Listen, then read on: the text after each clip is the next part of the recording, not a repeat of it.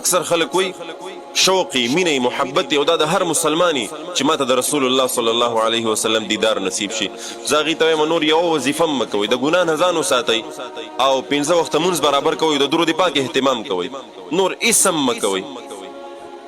په دې باندې الحمدلله زمونږ تجربه ده زمونږ د اکابرینو تجربه ده زمونږ د استادانو زمونږ د ملګرو تجربه ده. په دې باندې د رسول الله صلی الله علیه وسلم دیدار غواړي په کثرت سره درود پاک د ګناه نه ځان ساتل او 15 وخت مونږ کول او بیا خاص کر د جمعې په شپه باندې دغه یو درود ان الله وملائکته یصلون علی النبی یا ایها الذین آمنوا صلوا علیه وسلموا تسلیما. درود ابراهیمی او ورسره سل کرته یاد دینم زیات چې په داسې حالت کې چې ته دا درود وې او په تا خوب راشي نو ان شاء الله العظیم په یو هفته نه په بل هفته کني نو په درې مسلورم هفته به ضرور به ضرور د رسول الله صلی الله علیه وسلم دیدار نصیب کیږي.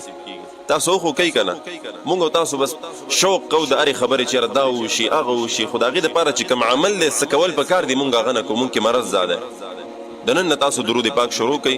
د درود پاک ډېر زیات فضایل زه به تاسو کم بیانوم.